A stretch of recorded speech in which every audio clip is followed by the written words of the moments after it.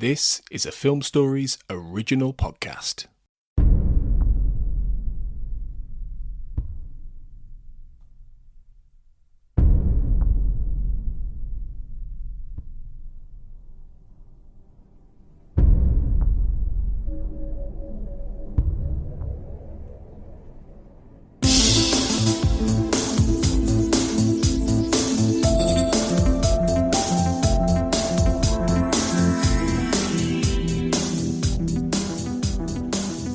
Welcome back, everybody, to the Xcast. As ever, the truth is in here. I am your host on this one, Carl Sweeney, and I would like to welcome you back to I Want to Believe Minute, where we are still going through the second X-Files film 1 minute at a time. You know, we're quite deep into the movie now. We're at minute 67, so running from the 66-minute mark through to 66:59. We talked on the previous minute, I think, that about the fact that the chase sequence is underway and is continuing in this minute. Clara Cook is with me once again. Hello, Clara. Hello, Carl. How's it going? How are you? I've been running for 12 blocks the entire time. There's a famous story, isn't there? I don't know if you've ever seen the film Marathon Man with Dustin Hoffman and Laurence Olivier, but it's like I think Dustin Hoffman, they had to do a scene where he'd been up all night and was exhausted or something. So he's like he'd kept himself awake all night and he'd like run around the block in preparation so that he's properly, you know, exhausted on camera, suitably tired and whatever. And I think Laurence Olivier said something like, "Have you ever tried acting, dear boy?" You know, it's a very different approach between the two of them. Okay, anyway, that's a real aside. Before we start, a quick reminder to follow us on social media. And if you're enjoying the show, please do drop us a quick 5-star rating and review on Apple Podcasts. And don't forget that you can subscribe to our Patreon, patreon.com/thexcast for early releases of episodes, bonus content over the years, and more.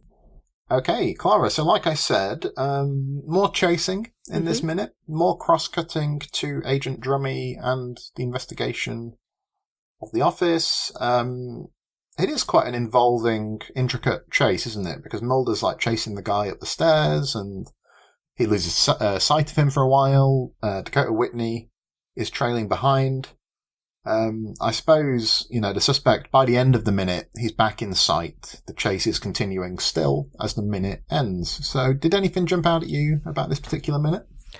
I think that it's actually kind of confusing. So they're running down corridors, they're running upstairs, but it's kind of confusing to actually follow the path. The geography of it. The geography of it, yeah. Like, one moment Mulder's here and the next moment he's there. I couldn't really figure out what Mulder was doing. And I also couldn't really see how he was chasing the suspect. They seemed to be running in different directions. I was surprised they didn't actually just bump into each other at one point. And then Mulder gets up onto a roof. And then I think from that point on, it becomes kind of clearer as to where they're all going. Do you know what I mean? Like, that's when I could sort of then understand the geography of it a bit more. But before that, because they're running through a building site, I suppose. So I suppose that's one of the reasons. But I was almost a little bit like they could have filmed Mulder running down the same staircase 3 or 4 times and just starting it in. I probably would have not noticed. No, that is interesting, and I do wonder how much of that is a result of the off-screen kind of circumstances here in a way, because, again, like drawing from the commentary track, and Carter was talking about, well, they both were, Carter and Spotnitz, they were talking about how that construction site that you mentioned did lead to some unhappy, uncomfortable aspects of filming, because Carter talks about it as a work in progress. In other words, that they had scouted out that location as a great place to shoot this part of the chase. And then they turn up to film and the things he had wanted to shoot, you know, the things that had drawn them to that location, were no longer there when they got there. And, you know, they're talking about how it's kind of changing every day as well. And so, yeah, that's interesting to ponder, I think. How much of that confusion that you're talking about is, you know, a product of they're having to improvise a bit, I think, with the limitations of that location that they've found for themselves. I don't really know the answer, but yeah. And is this the moment, is in this minute where Whitney says, "Where are you?" And Mulder says, "Right here." And I actually laughed out loud at that because that doesn't help her find out where he is. Do you know what I mean? The sound of his voice, maybe she can... Yeah, maybe that's what he's trying to do, like follow the sound of my voice. But I thought maybe, I was like, because all aspects of this building site look very samey, you know, like the different levels look similar, like there's like, I guess dust sheets up. There's all sorts of stuff, like building site stuff. Right. So specific things he could actually refer to. I am next to the whatever. I don't know. So I just like, such. I mean, it's just like throwaway dialogue. It's just dialogue to fill the scene, right? But like, it did strike me as funny because you do see that in films and television. People say, you know, like, where are you?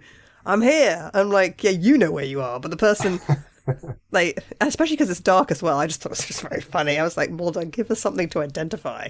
Like, I'm on the 4th level, or I think I'm above you, or I don't know.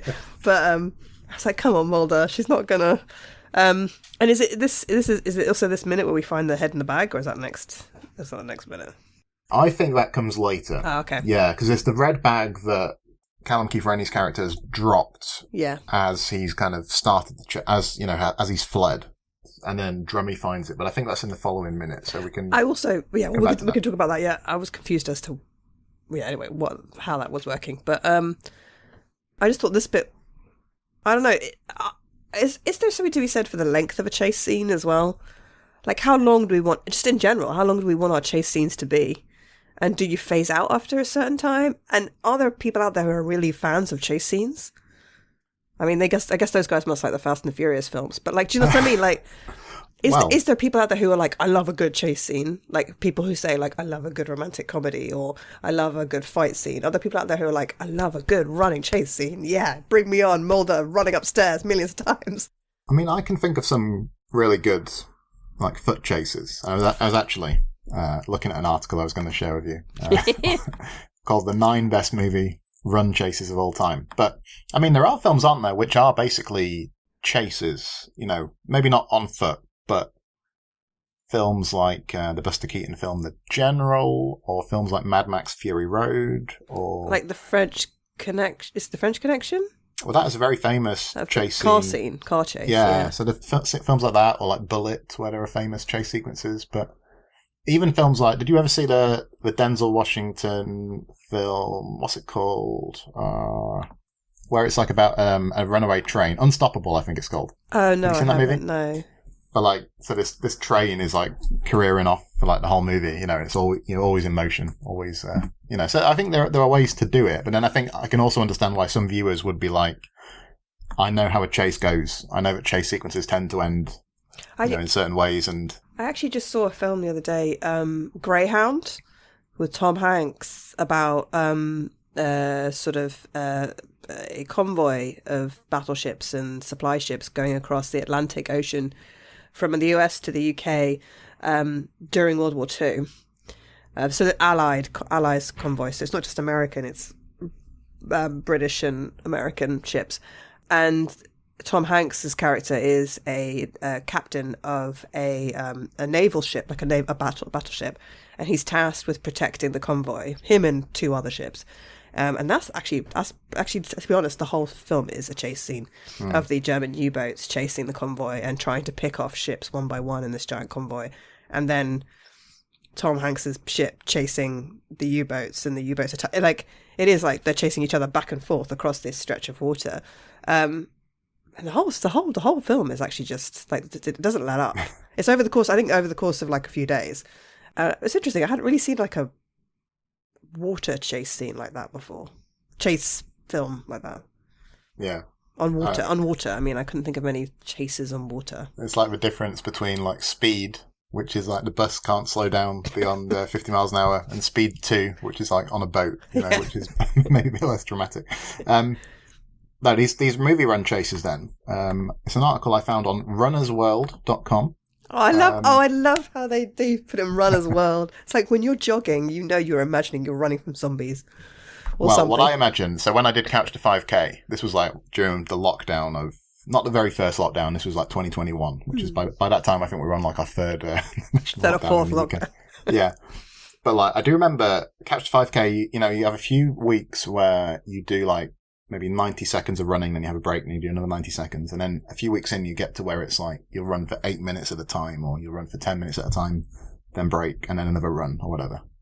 And I just remember one day where I felt like I was dying, and in my earphones, the music from Rocky came on, and like it was like when Popeye eats spinach and is like completely rejuvenated. That's kind of like what happened to me as I was trying to do this run. The 9 best movie run chases of all time. I'll give a few of them to you now, Clara, and we'll save the top ones for maybe the next episode. But can you think of any that really stand out that come to mind, like movie foot chases? Spoiler alert: X-Files, I Want to Believe, is not on their list. So, of course, I mean, there's some unbelievable chase scenes in Casino Royale. Yeah. Right at the beginning, they run through a building site. And I mean, that's how to do a chase scene through a building site. I mean, pretty much any Daniel Craig James Bond film, he has some amazing chase scenes. I'm trying to think what else. I mean, I once saw a German film called, I think it was Run Lola Run, and she runs a lot. Oh yeah. But I don't know if she's chasing. I don't think she's chasing anybody. Yeah, that's hard. I don't watch a huge amount of action movies, so I would say chasing is something. I mean, I'm trying to think of science fiction or fantasy movies where there's a chase scene. I mean, in some of the most recent Star Trek movies, Spock chased somebody. Spock chased Khan. There was a lot of chasing in that. But it's the way it's cut. Like, I think chase scenes are quite effective in the editing of them. So if you edit a chase scene too much, then you're going to get the feeling the actors are running for short amounts of time and it's been edited together. Whereas in the first James Bond movie, like Daniel Craig James Bond movie, Casino Royale, I didn't feel that. I really felt like he was actually chasing it. And you see Bond get tired and... Do you know what I mean? Like it's... I do. And because when you're talking about the editing and like the potential over-editing, I don't know if you've ever seen Taken Free, or like there's a famous or an infamous scene from Taken Free where Liam Neeson climbs over a fence, right? But it's done in like something like 13 shots. So it's like really quickly edited of him climbing this fence and like going over to the other side, and the over-editing becomes comical because it's like adds a level of like over dramatizing it that just becomes unintentionally hilarious. No, Casino Royale on this list was in the top 3 actually, and I think that's a good one, isn't it? Because what's so interesting there is that it's different types of running, isn't it? Because it's like Bond is running like normally, as it were, and then the other guy is doing like parkour, isn't he? Where he's like clambering over things. I think when that came out in the cinema, I remember there was all these like articles that popped up about like what is parkour and where is parkour done, and there was talk of like parkour was really big in Paris, and will parkour ever be an Olympic sport? And it is actually now going to be an Olympic sport, I think. Is it? Yeah, I think I'm pretty sure at the Paris Olympics, I think they're going to have aren't they going to have parkour, or am I imagining it? I don't know. I'll check anyway. Worth Googling. Any listeners, please Google that. And let us know in the XCast basement group on Facebook or Twitter. But so I remember that was a big deal. People were like, some people who'd never actually heard of parkour had learned about it through watching Casino Royale. Yeah, I think so. And also it's a good chase because they kind of go up on a big crane, don't they? Yeah. And they're kind of like fighting on the crane. And that's a good chase. That was one of the ones I thought of before I'd even looked at this article, to be fair. So I'm glad it's on the list. I think there's a moment where there's a little hole in a wall and the guy being chased sort of jumps and slips through the hole in the wall. And then Bond just runs through the wall. It's really good. Yeah, that's funny.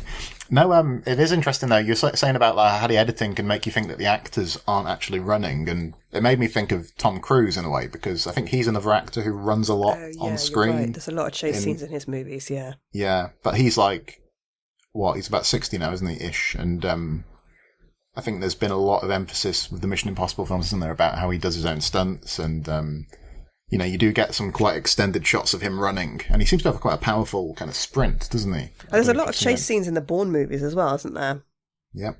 Yeah. So, but with Tom Cruise, I think that's so interesting how I've read about how, a lot of the discussion about him is about how gradually he's kind of aged, but I think there are stories of him, having an ice bath just before the cameras roll, and looking a bit more trim and things, and it makes you wonder exactly how that effect is achieved. But anyway, the other James Bond film on this list is Octopussy. I don't know if you know that movie. I've seen it a long time ago. There's kind of another 00 agent in that movie at the start of the film who's dressed as a clown who gets chased, and he's got the clown gear on and he's carrying balloons and things like that, and he's being pursued by these twins who are throwing knives, and oh my god, yeah, it ends violently, we could say. But throwing knives at balloons is probably prime cinematic entertainment, though, right? Like, he must have popped a few balloons before they hurt him. I'll tell you what, Clara, I'll save the rest of the list, I think, for the next episode. Was there anything else about minute 67 that came to mind? Like I say, the main thing I picked up from the commentary was that the construction site posed them some problems, but anything else that caught your eye? No, I think that was like well covered it for me, I think. Yeah, great stuff. So we will reconvene for minute 68 very soon, listeners. But until then, always remember, trust no one.